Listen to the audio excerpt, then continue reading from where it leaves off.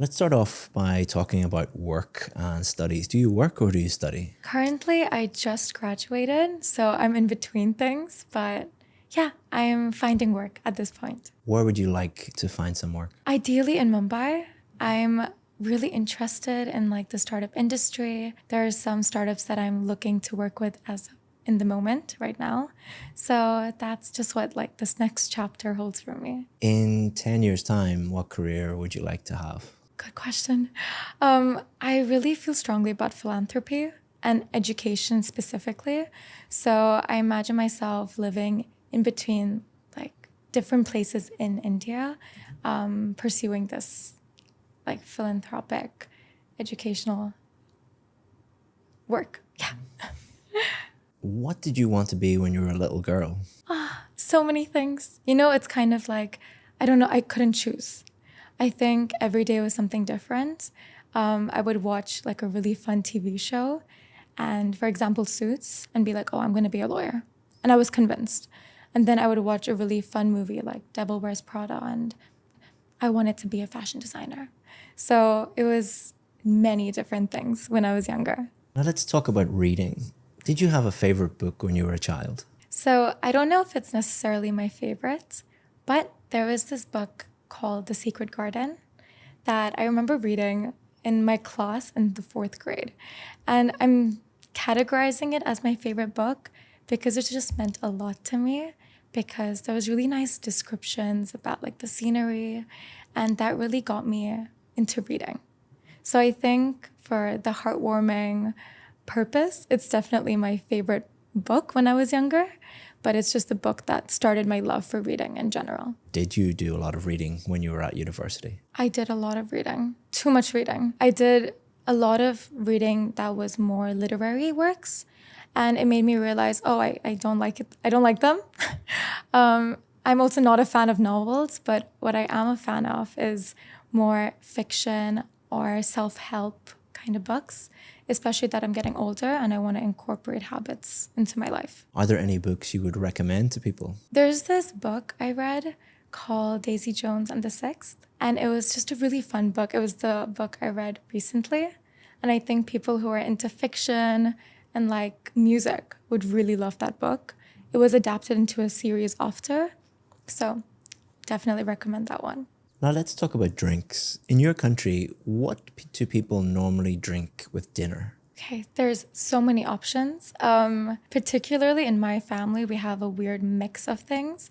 But in my country, we usually have like masala chai, or we have normal sodas, but we put some masala in it, which is like some spice, to kind of give it that extra like kick. So that's really common. But in my family, we put like, for example, Coke, we put a little bit of vanilla ice cream. And I think it also has to do with like different places in India also have this, but in my family, it's staple. Yeah. Do you drink a lot of water every day? Yes, I do. And it's because when I don't, I can feel the like adverse effects immediately. So I make sure I drink water every single day, but it's so hard because like in the hurry of everything, you just forget. Do you prefer drinking tea or coffee? Okay, so I have phases in my life. Like sometimes coffee just tastes too good, but I'm really caffeine sensitive. I realized this after having very like jittery episodes.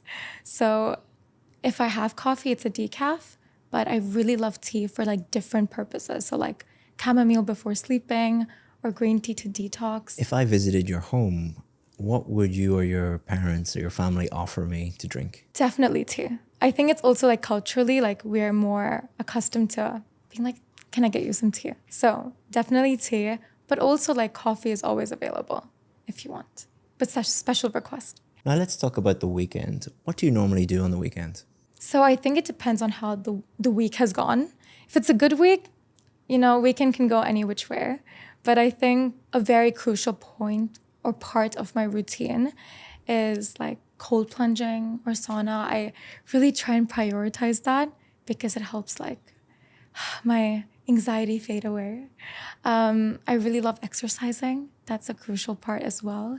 And just meeting friends and family. I think I carve out time specifically for that because the weekdays can get so busy. How often do you have a lazy weekend? Very often. Like most mornings are like they begin very lazily. And when it comes to lazy weekends, I don't really thrive on lazy weekends because then I kind of fall into like a rut. So I try to be lazy enough, but not too lazy. Do you think that your weekend schedule will change as you grow older? I definitely think so. I think that the more I'm using a lot of energy during the week and maybe doing tasks that don't give me energy, that are more draining, I will need time to recuperate like during the weekends. So the more I'm a little bit forced to do things I'm not particularly happy about, I think the more lazy weekends I need. The last time I had to do something in a hurry was quite recently. I think around a month ago, I moved out of where I was living, and it was in a different country. So what that meant is I had to pack my whole life into 2 suitcases since I was moving back home. And the reason it was all left to the last minute was because I just went on a trip with my boyfriend to Mexico. So I had around a week once I came back from that trip to pack up everything, to arrange where all my mattresses would go, where my couch would go, and get rid of everything. And it was quite an anxiety inducing experience for me because I'm a very like organized person, even though this doesn't seem like it, but I really am. And so when I had to kind of gather everything, it felt very last minute, even though I had a week. And I think till the last hour, I had to leave like to go to the airport. I was packing things up. But thankfully, I had a really good group of friends that were with me, blasting music, helping me pack, made it like a really fun, enjoyable experience. And I think that really helped also get some momentum to pack. Otherwise, I was feeling really lazy about it. And I think even after I left some things behind. But my friends went back to my apartment, helped me get rid of it. So it was definitely a team effort. It takes a village. We've been discussing an occasion when you had to do something in a hurry, and we're going to talk about time management, arriving late, managing time, things like that. Do you think it's acceptable to arrive late when meeting a friend? Thought about this question a lot because I feel like I've been victim to this situation a lot of the times. I think it depends on how much it happens with the same person.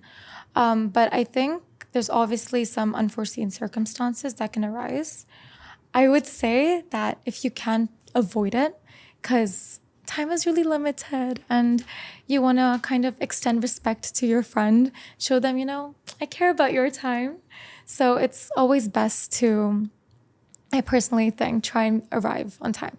Should there be any negative consequences for people who arrive late for work? Again, it kind of, what I said before bleeds into this answer a little bit because I think it's depending on how recurring is your situation. If there's a certain circumstance that happens every morning, maybe, you're a parent that has to take care of your child, then I think the company should allow for this situation to happen and not give such extreme consequences. I think they should be more accepting and understanding. But I think if it's just because, you've been waking up late, for companies, even though I would be like, it's okay. I think, time is money, especially nowadays in like this corporate capitalistic world. So unfortunately, it makes sense for companies to reprimand, but I would say not too much. Now let's talk about managing study time. Do you think it's better to study for long periods of time or break up study time into shorter chunks? I would say shorter chunks. I'm also saying this understanding the era we are in now, where short form media has also influenced like how we consume information and what works best for us. So I think more than what should people do, it's what I feel would be most productive for them. And I think that maybe like having little breaks in between can be like kind of motivation. Okay, let me finish this chapter and then I'll have like a chocolate. So I think that would be really good.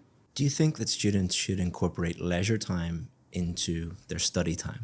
I think so. I recently went to this like virtual VR this experience where I was learning about the Titanic by like a VR headset, and this So I found it like a really fun experience. It was date night for me, but I learned so much. And my first thought after that experience was, I can have fun and learn. And I felt like my mom, like being like, you can have fun and learn. But I think that they both can go hand in hand, especially nowadays, because there's so many different things available for you to really expand how you like consume information. So yeah, I think so. Well done. That's the end of part 3 and the end of the speaking test. How did you feel about that? So nice. I love it. Yeah, Yeah. I think it was no problem for you. Thank you. As you probably heard, that was a very high level response. What I've done is I put her whole transcript into a PDF for you, and I've highlighted all the great expressions, idiomatic language, grammar structures, vocabulary for you, so you can learn from those very high level answers.